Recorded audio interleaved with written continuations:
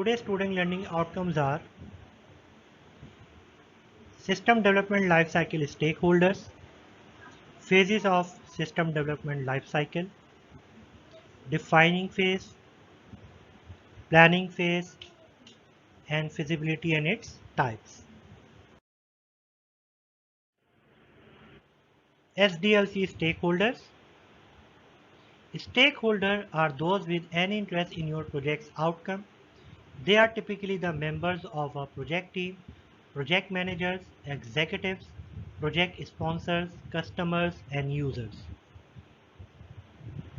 Stakeholders are people who are invested in the project and who will be affected by your project at any point along the way, and their input can directly impact the outcome. It is a good idea to practice good stakeholder management and constantly communicate with them in order to collaborate on the project. Project stakeholder in general can be single individuals or entire organization who are affected by the execution or outcome of a project. Doesn't matter whether the project affects them negatively or positively. If they are affected, they are a stakeholder.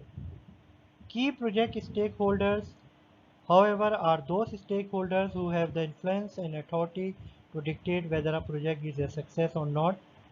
These are the people and group whose objectives must be satisfied. They make or break the project. Even if all deliverables are in and budgets are met, if these people are not happy, you have failed as a project manager. We have two types of stakeholder, internal stakeholder and external stakeholder. First, we will discuss internal stakeholder. An internal stakeholder is a person, group, or a company that is directly involved in the project. For example, project manager, responsible for managing the whole project. He or she is generally never involved in producing the end product, but he or she controls, monitors, and manages the activities involved in the production. Project team perform the actual work of the project under the project manager, including development, testing, etc.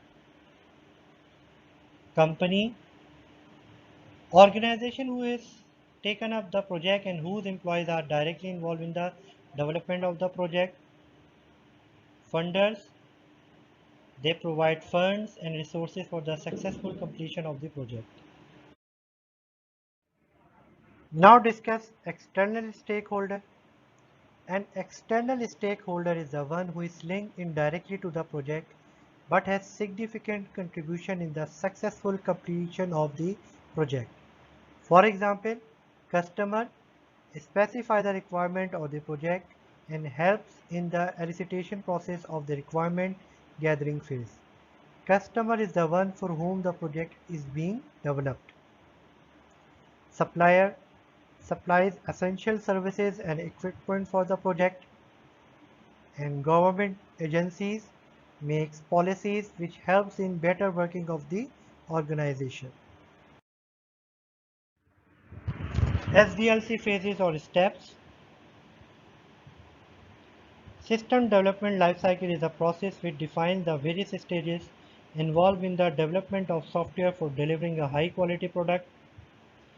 SDLC stages cover the complete life cycle of a software from inception to retirement of the product. Now these are the system development life cycle phases or steps: defining, planning, feasibility, analysis, requirement engineering, design, coding, testing, deployment, and maintenance.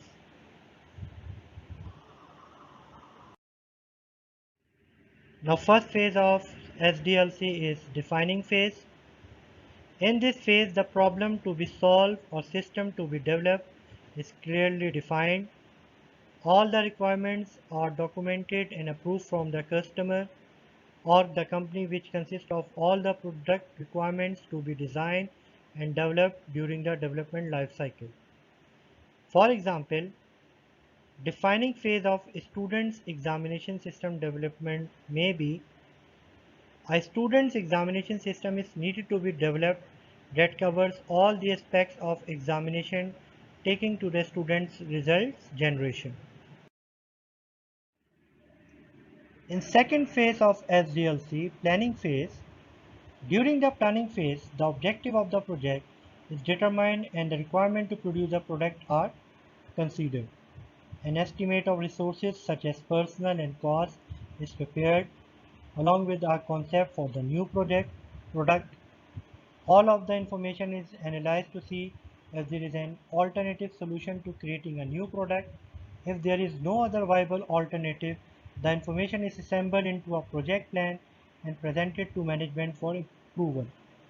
For example, in the student's information system development project, planning will be made to set the ultimate goals and an estimate of resources such as personnel and cost is prepared. Now feasible study. Feasible study is one of the important steps in SDLC. Feasible study is used to assess the strengths and weakness of a proposed software or system and present direction of activities which will improve a project and achieve desired results. The nature and components of feasibility studies depend primarily on the areas in which analyzed projects are implemented. Feasibility study is the analysis and evaluation of a proposed project system to determine whether it is technically, financially or economically, legally and operationally feasible within the estimated cost and time. It is divided into the following types of form: technical feasibility, economical feasibility, operational feasibility, legal feasibility and schedule feasibility. For example, the student's examination system development project is assessed for all types of feasibilities and presented to management for final approval. Now technical feasibility. Technical feasibility assesses the current resources such as hardware and software and technology which are required to accomplish user requirements in the software within the allocated time and budget. For this, the software development team ascertains whether the current resources and technology can be upgraded or added in the software to accomplish specified user requirements. Technical feasibilities also perform the following tasks: analyze the technical skills and capability of the software development team members, determine whether the relevant technology is stable and established, determine that the technology chosen for software development has a large number of users so that they can be consulted when problems arise or improvements are required. Now operational feasibility. Operational feasibility assesses the extent to which the required software performs a series of steps to solve business problems and user requirements. This feasibility is dependent on human resources, software development team, and involves visualization whether the software will operate after it is developed and be operative once it is installed. Operational feasibility also performs the following tasks: determines whether the problem anticipated in user requirement are of high priority, determines whether the solution suggested by the software development team is acceptable, analyzes whether user will adopt to a new software, determines whether the organization is satisfied by the alternative solutions proposed by the software development team. Economic feasibility. Economic feasibility determines whether the required software is capable of generating financial gains for an organization.